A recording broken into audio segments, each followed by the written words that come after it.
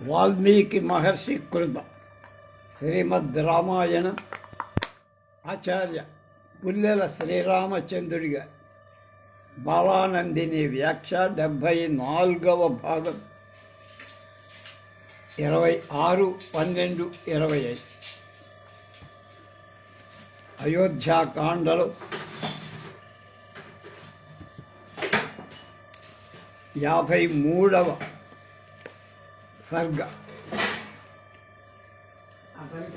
సతం వృక్షం సమాసాజ్య సంధ్యామన్వాస్య పశ్చిమం రామో రమయతాం శ్రేష్ఠ ఇది హోవాచ లక్ష్మణం.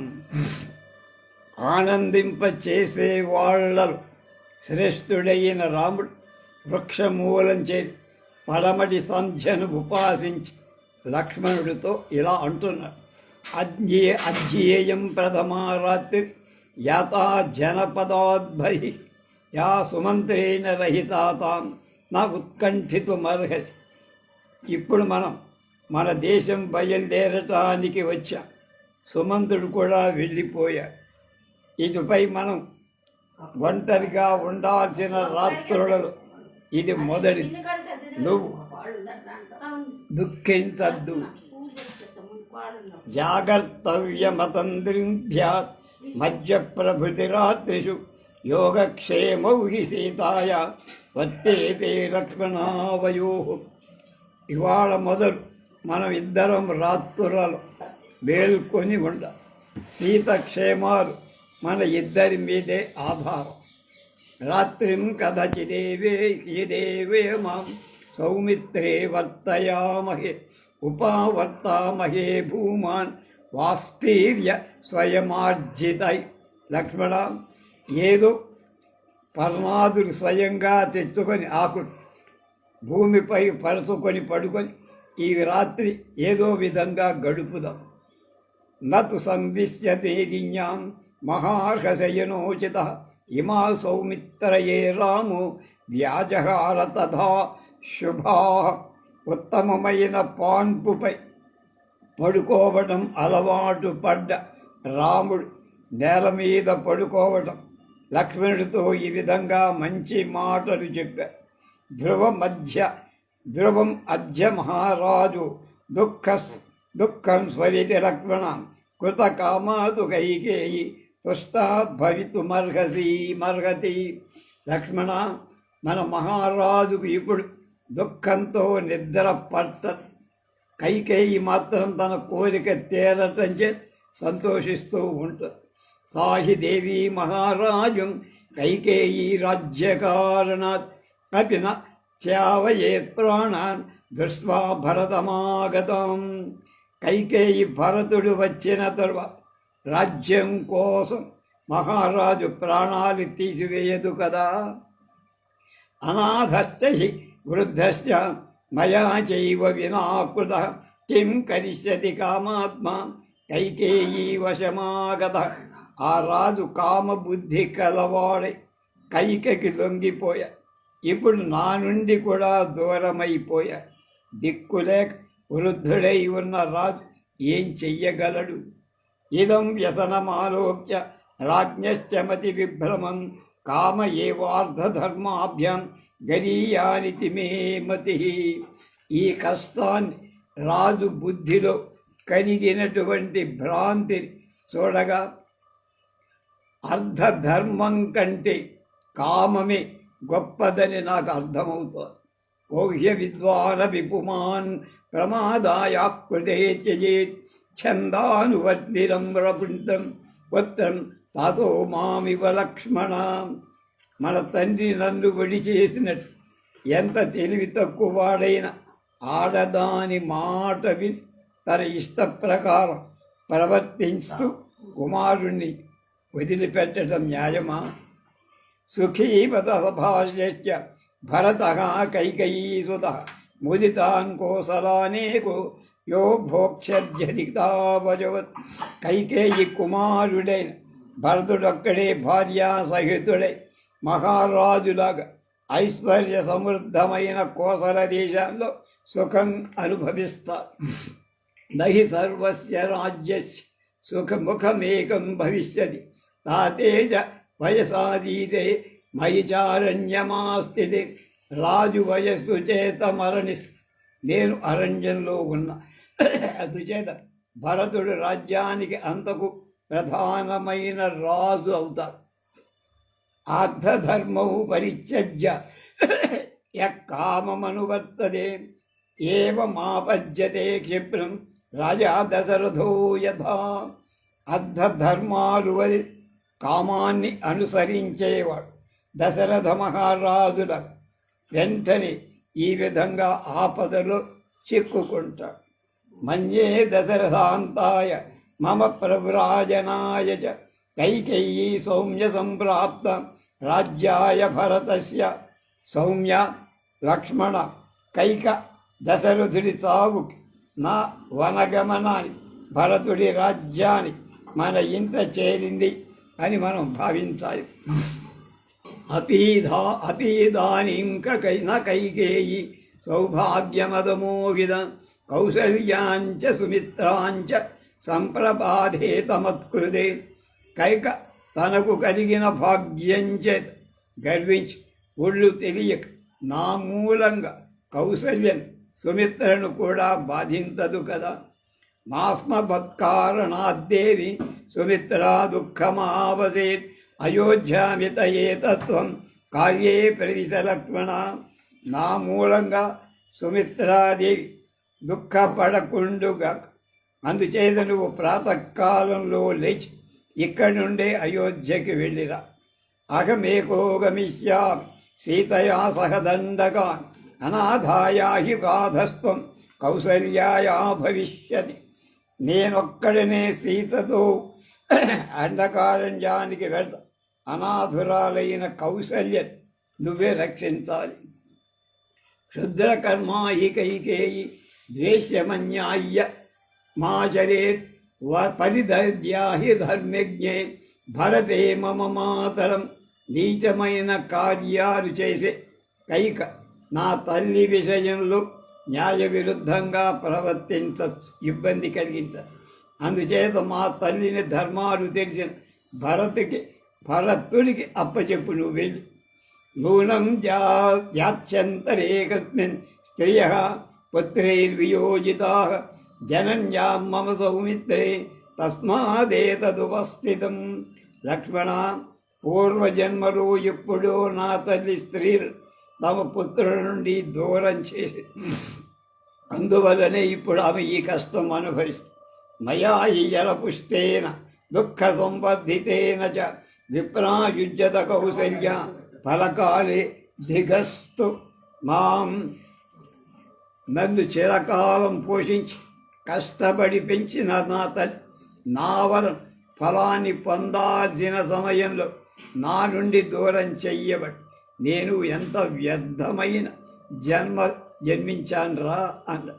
మాస్మ శ్రీమంతిని సహాయ జనయే పుత్రమీదృశం సౌమిత్రే యోగమంబాయ దద్మి శోకమనంత. లక్ష్మణ, నా తల్లికి అనంతమైన శోకాన్ని కలిగిస్తున్నాను రా నేను. ఏ ఆడది కూడా నా వంటి పుత్రుణ్ణి కనకుండా ఉంటే బాగుంటుంది. మన్యే ప్రీతి విశిష్టా మత్తో లక్ష్మణ సౌరిక యస్యాంతశ్రూయతే వాక్యం సుఖపాదమరేర్దశ. లక్ష్మణ, నా వనవాసం మాట వినగా గోరువంక పిట్ట చిలుక శత్రువైన కైకేయి పాదాలు కురు అది కలగతో పలికిందిరా. ఆ శారీక కౌశల్యపై నాకన్నా ఎక్కువ ప్రేమ ఉన్నట్టు కనబడుతోందిరా.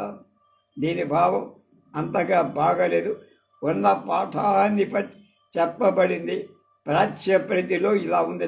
యావదేకంచ కంధశ్చ యావదస్య ముఖం మయి తావదాత్మ విమోక్షార్థం సుఖపాద మరేర్దశ. ఇది ఒంటరిగా ఆకాశం మీద ఉన్నప్పుడే దాని ముఖం నా మీద పడటానికి ముందుగా శత్రు పాదాన్ని కరిచేసి విమోచన సంపాదించు అని భావం. మరొక పక్షి ఆక్రమించడానికై వస్తున్నప్పుడు శారిక చిలుకతో ఈ మాటలు చెప్పినట్టు కథ ఏదైనా ఉండ పక్షులలో శత్రువుల విషయంలో అంత పగ ఉంటే నేనేం మాట్లాడకుండా నాకు నా తల్లి అపకారం తలబెట్టిన కైకేయి లొంగిపోయా కదా అని వాడి భావం, రాముడి భావం. శోచంచ అల్పభాగ్యాయ నకించిదుపకుర్వత పుత్రేణ పుత్రాయ మయా కార్యమరింద. నేను తప్ప వేరే పుత్రులెవ్వరూ లేని అల్పభాగ్యురాలైన నా తల్లి ఏడుస్తుండగా ఏ విధంగా ఉపకారం చెయ్యజాలని నేను పుత్రుడనై ఉండి ఏం ప్రయోజనం. అల్పభాగ్య ఇమే మాత కౌసల్యారహితామయ సేతే పరమ దుఃఖార్త పతిత శోకసాగరే.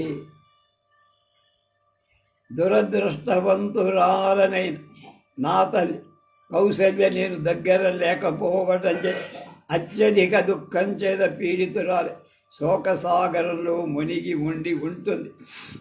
ఏకో హ్యః మాయోధ్యాయం పృథివీంచాపి లక్ష్మణ తరేయమిషుభిక్రుద్ధో నన్ను వీర్యం అకారణ. లక్ష్మణ కోపిస్తే నేనొక్కడినే బాణంతో అయోధ్యను ఈ భూమినంతా సాధించగల, కానీ ఇది పరాక్రమం చూపే సందర్భమా కాదు కదా. ఏతదన్యచ్చ కరుణం విలప్య విజనేవనే అశ్రుపూర్ణముఖో రామో దిశి తూష్ణీముపాసిరత్.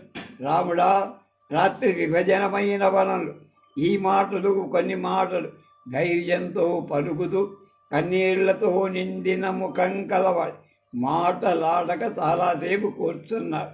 ఈ ఘట్టంలో రాముడు లక్ష్మణుడి చిత్తస్థైర్యం పరీక్షించడానికి నువ్వు వెనకకు అయోధ్యకు వెళ్ళు అని చెప్పాడు అని వ్యాఖ్యాతలు రాశారు. వ్యాఖ్యాతలు రాసే విశేషార్థాన్ని రాముడు పరమాత్ముడు అన్ని పనులు కావాలనే చేస్తున్నాడు అనే అభిప్రాయంతో రాసి, కానీ వాల్మీకి రాముడి పూర్తిగా మానవుడిగా చిత్రించి ఏ ఘట్టాన్ని చూసినా ఈ విషయం స్పష్టము. రాముడు అరణ్యవాసానికి బయలుదేరి అరణ్యంలో కాలు పెట్టిన రాత్రి. ఆ సమయంలో ఎంతటి ధీరచిత్తుడైన మానవుడికైనా ఈ విధమైన భావాలు కలగటం స్వాభావికం. తన తండ్రి కూడా ధర్మం కంటే కామానికే ప్రాధాన్యమి తన అడవుల పాలు చేశాడని భరతుడు భార్యా సమేతుడై సర్వభోగాలు అనుభవించగలడని తాను అనుకుంటే వరప్రయోగం చేసి రాజ్యాభిషేకం పొందగలడని ఈ విధమైన మాటలని అలాంటి పరిస్థితిలో ఉన్న ఎంతటి వాడికైనా పలకటం అనేది స్వాభావికం. నేను దూరంగా ఉంటే కౌసల్యకు బాధ కలిగిస్తుంది, అందుచేత నువ్వు ఆమెను రక్షించడానికి అయోధ్య వెళ్ళు అని నిర్ణయాలు చేసి ఇంతవరకు వచ్చిన లక్ష్మణుడి నిర్ణయంలో దృఢత్వాన్ని శంకించి ఈ విధంగా అన్నాడనుకోవడం అంతగా సమంజసం మాత్రం కాదు. పరమాత్ముడైన రాముడి లక్ష్మణుడి ఆశయం తెలియదా? అంచేత ఇలాంటి ఘట్టాలను అన్నిటికంటే వాల్మీకి మానవ స్వాభావిక ప్రవృత్తి అయితే సహజంగా రమణీయంగా చిత్రించాడని కవితా సౌందర్యాన్ని ఆస్వాదించడం మంచిది అంటున్నారు పుల్లెలవ. విరస్యోవరతం రామం గతాచిషమవాదిడం సముద్రవివ నిర్వేగం ఆశ్వాసయత లక్ష్యం. ఈ విధంగా విలపించిన తర్వాత మంటల్లేని అగ్నిలా వేగం లేని సముద్రంలా ఊరకున్న లక్ష్మణుని లక్ష్మణుడు ఓదారు. ధ్రువ మధ్యపురి రాజాన్ అయోధ్యాయుధినాంబరం నిష్ప్రభాత్వయి నిష్క్రాంతే గత చంద్రేన శస్త్రధారుడలు. శ్రేష్ఠుడైన రామ, నువ్వు విడిచి వెళ్ళిపోవడంచే అయోధ్యా నగరం ఇప్పుడు చంద్రులేని రాత్రిలా కాంతి విహీనమై ఉండటం నిజం. నయిత దౌపకయం రామ యదిదం పరితప్యతే విషాదయసి సీతాంచ మాం చైవ పురుషర్షవ. రామా, నువ్వు ఈ విధంగా దుఃఖించటం న్యాయంగా. పురుష శ్రేష్ఠ, నువ్వట్లా చేయటం చేత నాకు సీత కూడా దుఃఖం కలిగించిన వాడవు. నచ సీతా త్వయా హీన నచ చాహమపి రాఘవ ముహూర్తమపి జీవావో జలాన్ మత్స్రౌ వివోద్ధృతౌ. నీ సాన్నిధ్యం లేకపోతే సీత కాని నేను కాని నీటి నుండి పైకి తీసిన అంటే బయటపడ్డ నీటిలోంచి బయటపడ చేపల్లాగా బతకం. నహితాతం న శత్రుఘ్నం న సుమిత్రాం పరందవ ద్రష్టు విచ్చేయమధ్యాహం స్వర్గం వాపి త్వయా వినా. శత్రు సంహార కారకుడైన రామ, నిన్ను విడిచి తండ్రి కాని శత్రుఘ్నుడి కాని సుమిత్రను కాని స్వర్గాన్ని కాని చూడాలనే కోరిక నాకు లేదయ్యా. తతదస్త సుఖాసీనౌ నాది దూరే నిరీక్షతాం యగ్రోధే సుఖదాం శయ్యాం భేజాతే ధర్మవత్సలో. అక్కడ సుఖంగా కూర్చొని ఉన్న ధర్మాత్ములై రామలక్ష్మణులు దగ్గరనే మర్రి చెట్టు కింద చక్కగా అమర్చబడి శయ్యను చూసి దాని మీద పడుకుని సలక్ష్మణోశ్వోత్తమ పుష్కలం వచో నిశమ్య చైవం వనవాసమాదరాత్ సమస్తా విదధే పరంతవ ప్రపంచ ధర్మం సుచిరాయ రాఘవ. శత్రు వినాశకుడైన రాముడు లక్ష్మణుడు చెప్పిన ఉత్తమ అర్ధ సంపూర్ణ అయిన మాట సావధానంగా విని చిరకాలం వానప్రస్థ ధర్మం అవలంబించి 14 ఏళ్ళు పూర్తిగా వనవాసం చెయ్యాలని దృఢంగా ఇప్పుడు మడే నిశ్చయం. తతస్తు సస్మిన్ ద్విజనే వనే తదా మహాబలౌ రాఘవంశవర్ధని తతౌ భయం సంభ్రమమభ్యుపేయదు యథైవ సింహౌ గిరిసానుగోచరౌ. ఇది శ్రీమద్ రామాయణే శ్రీమద్ రామాయణే ఆదికావ్యే అయోధ్యాకాండే 53 సర్గ 54. తేతు తస్మిన్ మహావృక్షే భూషిత్వా రజనీం శివాం విమలేభ్యుదితే సూర్యే తస్మాత్ ప్రసిద్ధతి. సీతారామలక్ష్మణుడు మంగళకరమైన ఆ రాత్రి తర్వాత మహావృక్షం కింద ఉండి మర్నాడు సూర్యుడు ఉదయించిన పిమ్మట ఆ ప్రదేశాన్ని వదిలే. ఎత్ర భాగీరథీం గంగాం యమునా అభివర్తదే జగ్ముస్తం దేశముద్దిశ్య విగాహ్య సుమహద్వనం. తే భూవిభాగాన్ విధాన్ దేహాంశ్చాపి మనోరమాన్ అదృష్టపూర్వాన్ పశ్యంతస్తత్ర తత్ర యశస్వినః. ఉత్తమమైన కీర్తిగల రామలక్ష్మణుడు సీతారామలక్ష్మణుడు గొప్ప అరణ్యాన్ని ప్రవేశి అక్కడక్కడ అనేక విధాలైన భూమి భాగాలను పూర్వమెన్నడూ చూడని అందమైన దేశాలను చూస్తూ యమునా నది గంగా నదిలో ప్రవేశించిన ప్రదేశం గంగా యమునా సంగం దగ్గరికి వెళ్ళారు.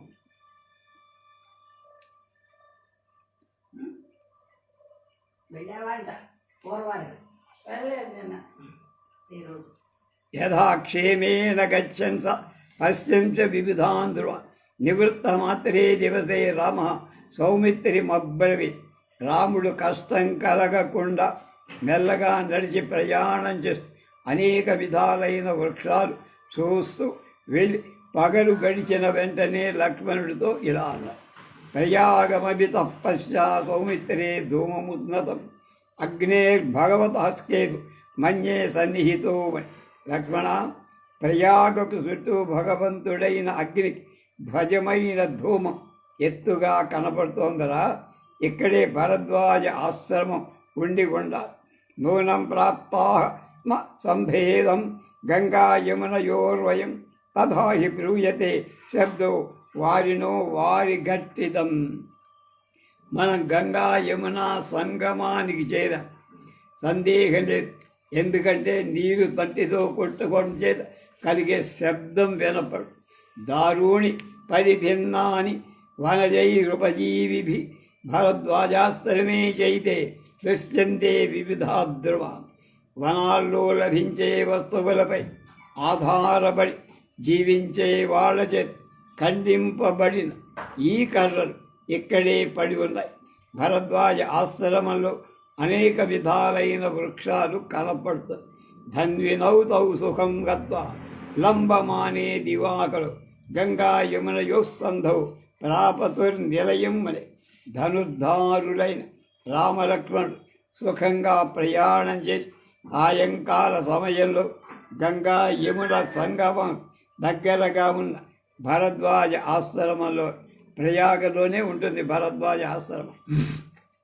రామస్వాశ్రమమాసాద్య త్రాపయన్మగ మృగపదక్షిపక్షిణ గత్వా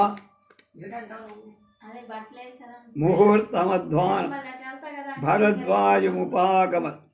రాముడు ఆశ్రమ సమీపానికి చేరగా వాళ్ళని చూసి మృగాలు పక్షులు భయపడి తర్వాత రాముడు కొంత దూరం నుండి భరద్వాజుని సమీపించి తతస్వాశ్రమమాసాద్య మునే దర్శనకాంక్షిణ సీతయా అనుగతో వీరు. 7వ తారీఖుని వెళ్తాను అన్నాను కదా,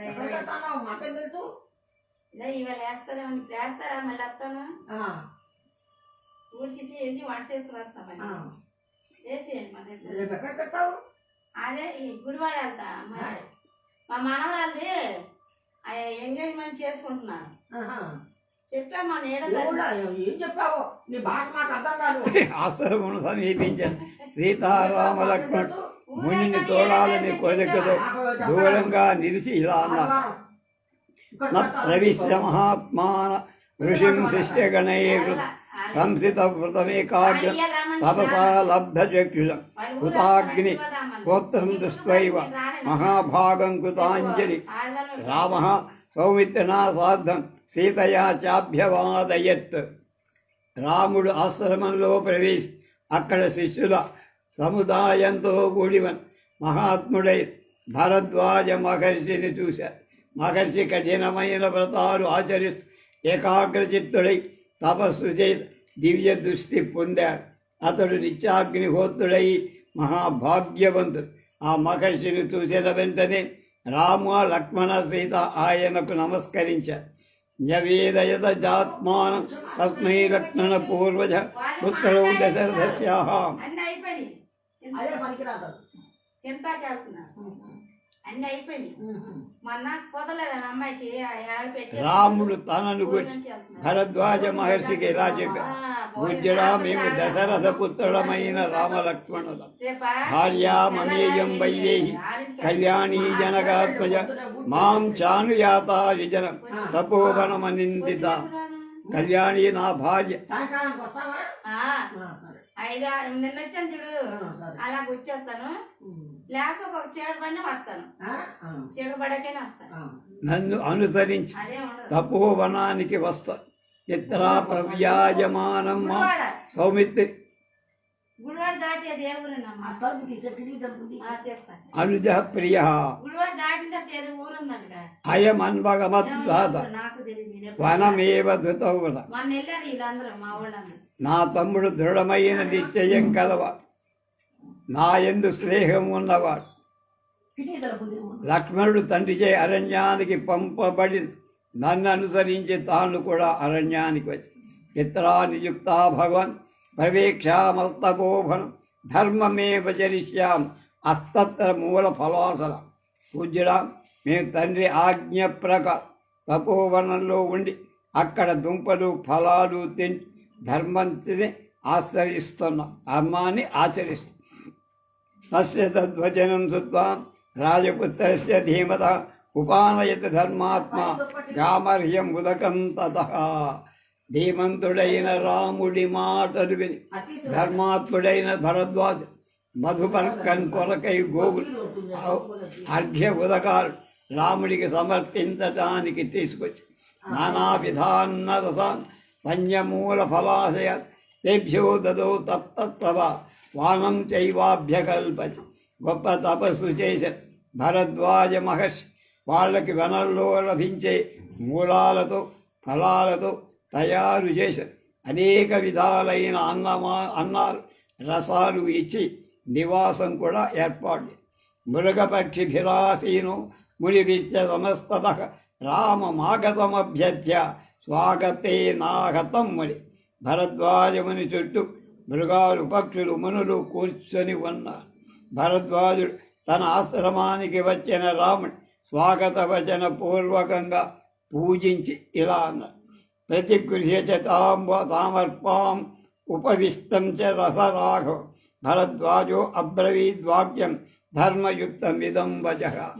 తానిచ్చిన పూజ స్వీకరించి రాముడితో భరద్వాజుడు ధర్మసమ్మతమైన మాటలు ఇలా. శరస్య ఖలు కాకుత్స పశ్యామి త్వామిహాగతం సుధం తవ మయా చేదం నివాసమకారణం. రామా, ఎంతో కాలానికి ఇక్కడికి వచ్చిన నిన్ను చూడగలుగుతున్న నిన్ను ఆ కారణం తండ్రి అరణ్యానికి పంపేనని విషయం కూడా విన్నా. అవకాశో విముక్తోయం మహానద్యుస్సమాగమే పుణ్యశ్చ రమణీయశ్చ వసత్వః భవాన్ సుఖ. గంగా యమునా సంగమం దగ్గర ఉన్న ఈ ప్రదేశంలో జనసమ్మర్దం తక్కువ. ఈ ప్రదేశం పుణ్యప్రదమై సుందరమై ఇక్కడ సుఖంగా ఉండొచ్చు. ఏవ ముక్తస్తు వచనం భరద్వాజేన రాఘవ ప్రత్యువాచ శుభం వాక్యం రామ సర్వహితే రతః. అందరి హితాన్ని కోరే రామ్ భరద్వాజుడి మాటలు విని ఇలా అన్నారు. భగవందిత ఆసన్న పౌరజానపదో జన సుదర్శన విహర్మం ప్రేక్ష మన్యేహం విమమాస్తర్ ఆగమిష్యతి వైదేహి మాం చ విప్రేక్షకో జన అనేన కారణేనాహ ఇహం వాసం న రోచత్. పూజ్యుడా, పౌరుడు, జానపదుడు ఈ ప్రదేశానికి చాలా దగ్గరలో ఇక్కడ నన్ను చూడటం సులభమని వాళ్ళు తెలుసుకుంటారు. నన్ను సీతను చూడటానికి ఆశ్రమానికి వస్తారని నాకు, అందుచేత ఇక్కడ ఉండటం నాకు నచ్చట్లా. ఏకాంతే వచ్చ భగవాన్ ఆశ్రమస్థానముత్తమం రమేద యత్ర వైదేహి సుఖార్హ జనకాత్మ. పూజ్యుడా, సుఖాలకు తగిన జనకాత్మజయ సీత ఏ ఆశ్రమంలో సుఖంగా ఉండి విహరింపగలుగుతుందో అలాంటి జనసమ్మర్దం లేని ప్రదేశం చూపించండి. ఏతత్వా శుభం వాక్యం భరద్వాజో మహాముని రాఘవస్య తతో వాక్యం అర్ధగ్రాహకమబ్రవీత్. భరద్వాజముని రాముడు పలికిన ఈ మంగళకరమైన వాటని తగిన స్థానాన్ని చూపుతూ ఇలా. దశక్రోశయితస్తాత గిరిర్యత్ర నివశ్యత్ మహర్షి సేవిత పుణ్య సర్వత సుఖదర్శన. గోలాంగూరానుచరితో వానక్ష నిషేవిత చిత్రకూట ఇది ఖ్యాతో గంధమాదన సన్నిభగా. నాయన, ఇక్కడి నుంచి 10 క్రోసుల దూరం గంధమాదన పర్వతంతో సమానమైన చిత్రకూట పర్వతం. ఎందరో మహర్షులు ఉంటారు. ఆ పర్వతం పవిత్రమై అన్ని వైపులా చూడటానికి ఆనందంగా ఉంటుంది. దానిపై కొండముత్తులు, కోతులు, ఎలుగుబంట్లు నివసిస్తూ ఉంటాయి. అంటే అక్కడ క్రూర మృగాలు ఉండవు. యావతా చిత్రకూటస్య నరశృంగాన్య వీక్షతి కళ్యాణాన్ని సమాధతే నా పాపే కురుదేవ. మానవుడి చిత్రకూట పర్వత శిఖరాన్ని చూస్తున్నంతకాలం మంగళకరాలైన కార్యాలు చేస్తూ అతని మనసు అమంగళాల వైపు ప్రవర్తించదు. ఋషయస్తత్వబహవు విహృత్య సర్వాం శతం తపసా దివమారూఢ కపాల శిరసాహ. చిత్రకూటంపై ఎందరో ఋషులు 100 కొలది సంవత్సరాలు తమ శిరస్సులు కపాలాలుగా ఎండిపోయేవరకు తపస్సు చేసి స్వర్గాన్ని పొందారు. ప్రవిముక్త మహన్మన్యే తం వాసం భగవత్మహి ఇహమా వనవాసాయ వనరామమయాస. రామ, ఏకాంతంగా ఉండటానికి చిత్రకూట పర్వతం నీకు చాలా శ్రేష్టం కనుక అక్కడ ఉండి వనవాసం పూర్తి చేయి. రామం సర్వకామైస్తం భరద్వాజ ప్రియాతిథం సభార్యం సహజ భ్రాత్ర ప్రతి జగ్రాహ ధర్మవేత్త అయిన భరద్వాజ్ భార్యతో సోదరుడితో కలిసి ప్రియమైన అతిథిగా వచ్చి రాముడికి కావలసిన పదార్థాలిచ్చి స్వాగతం చెప్పి తస్య ప్రయోగి రామస్య తం మహర్షిం ఉపేయుష ప్రపన్నా రజనీ పుణ్యా చిత్ర కథయత కథ. ప్రయాగ క్షేత్రంలో భరద్వాజ మహర్షి దగ్గర కూర్చి రాముడు అనేక విధాలుగా మాట్లాడు. ఇంతలో పవిత్రమైన రాత్రి వచ్చేసింది. సీతా తృతీయ కాకుత్స పరిశ్రాంత సుకోచి భరద్వాజాశ్రమే రమ్యే తాం రాత్రి మవనత్సుఖం. సుఖపడటానికి అలవాటు పడి సీతారామలక్ష్మణుడు చాలా అలసిపోయి ఆ రాత్రి భరద్వాజాశ్రమంలో సుఖ నిద్రపోయారు. ప్రభాతాయాం జర్జన్యాంతు భరద్వాజముపాగత్ ఉవాచన శార్దూలు ముని జ్వలిత తేజస. తెల్లారిన తర్వాత నరశ్రేష్ఠుడైన రామ్ తేజస్సుతో వెలుగుతున్న భరద్వాజ మహర్షి దగ్గరకు వెళ్ళి ఇలా సర్వరీం భగవన్నద్య సత్యశీల తవాసనే కుషితా స్నేహవసతిం మనుజానాతు నో భవాం. సత్యశీలుడైన మహర్షి, నీ ఆశ్రమంలో రాత్రి గడిపాం. ఇక మా నివాస స్థానానికి వెళ్ళటానికి మీరు అనుజ్ఞ ఇవ్వండి. రాత్ర్యాం తస్యాం విస్తాయాం భరద్వాజోబ్రవీది మధుమూల ఫలోపేతం చిత్రకూటం ప్రయేతిగా. రాత్రి గడిచిన తరువాత భరద్వాజు రాముడితో చిత్రకూట పర్వతంపై తేనె దుంపలు ఫలాలు ఎక్కువ, అక్కడికి వెళ్ళండి అని. వాసమౌపైకం మన్యే తవ రామ మహాబలం నానా నగగణోపేత కిన్నరోలక సేవిత మయూరనాదాభిరుతో గజరాజ నిషేవిత గమ్యతాం భవతా శైల చిత్రకూటహాస విస్తృత న విస్తృత పుణ్యశ్చ రమణీయశ్చ బహుమూల ఫలాయుత. మహాబలుడైన రామ, చిత్రకూట పర్వతం నీకు యుక్తమైన నివాసస్థానం. అందుచే అక్కడికి వెళ్ళి పర్వతంపై అనేక విధాల వృక్షాలు కిన్నెర కింపుషుల గురగుడు మొదలైన వాడు ఉంటారు. నెమళ్ళ కూతలు ప్రతిధ్వనిస్తుంట. ఆ పర్వతంపై ఉత్తమమైన ఏనుగులు, మూల ఫలాలతో సమృద్ధమైన పర్వతం పవిత్రమైంది, సుందరమైంది కూడా. తత్ర కుంజర యూధాని మృగయూధాని చాపిత విచరంతి వసాంతేస్మిన్. దాని దక్షిణి రాక రామా చిత్రకూట పర్వతంపై వన మధ్యంలో ఉండి ఏనుగులు లేళ్లు గుంపులు గుంపులుగా తిరుగుతూ ఉంటాయి. నువ్వు పాటించోడు సరి ప్రశ్రవణ ప్రస్థాన్ దరీకందర నిర్జరాన్ చరత సీతాయా స్వార్థం నందిష్యతి మనస్త. నువ్వు సీతతో కలిసి నదులు, సెలయేరు, కొండ చర్య, చిన్న గుహ, పెద్ద గుహ, జలప్రవాహాలు చూస్తూ ఆనందించు. ప్రహుష్టకోయస్తికోకిల స్వనై వనాది అనాదితంతం వసుధాధరం శివం మృగైశ్చ మత్తైర్బహుభిశ్చ కుంజరై సురమ్యమాసాజ్య సమావసరాస్త్రం.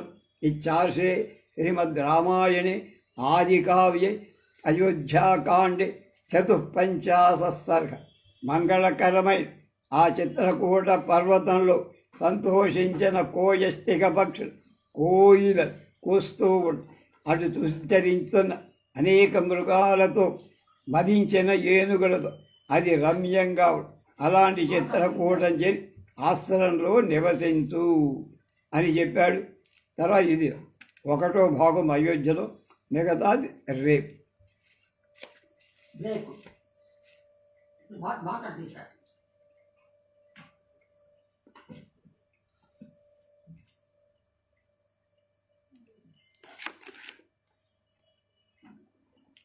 బాత్రూమ్ వచ్చారు రేపు ఊరు పెడుతుంది సార్.